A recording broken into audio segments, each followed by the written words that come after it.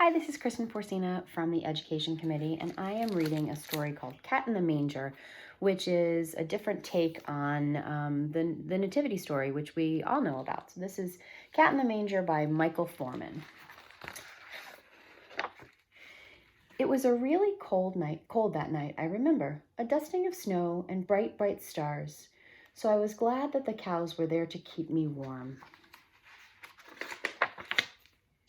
But as the barn was getting nice and warm, the door flew open, and there stood a man and a woman outside astride a donkey in a flurry of snowflakes.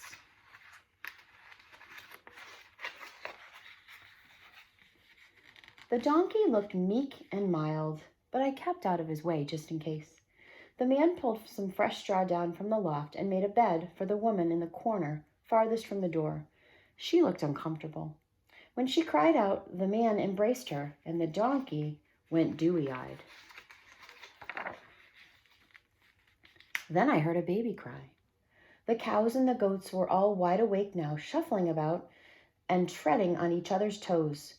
Unceremoniously, I was tipped out of the manger. The baby stopped crying. Everything was silent. It was as if the animals held their breath, and we looked at the baby, and the baby looked at us. Suddenly, I heard sheep bleating. I could hear bleating sheep. I could hear them coming closer and closer. Then, with an icy blast, the door flew open, and in stumbled some shepherds and snow-covered sheep. The shepherds knelt on the mud floor around the man and the woman and smiled at the baby. Then came the camels. There were 3 of them.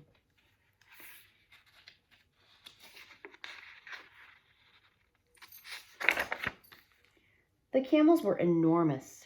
Their red and green leather bridles sparkled with gold decorations. Their 3 masters were clad in even more magnificent clothing.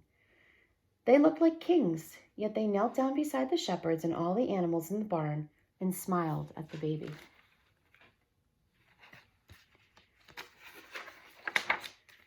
Above, chickens sat silent in the rafters. When I looked behind me, I saw rows and rows of mice. Mice, their beady little eyes flickering from me to the baby and back again. Just you wait. I turned my gaze back to the baby. The mice crept forward, past me, and scampered through to the front, all eyes on the baby. It all seems like a long time ago now. Everyone is gone, the shepherds with their bleating sheep, the rich men with their grumpy camels, even the man and the woman with the baby are gone. The funny thing is, I haven't caught a mouse since. I chase them occasionally just for practice, but I haven't the heart to catch one.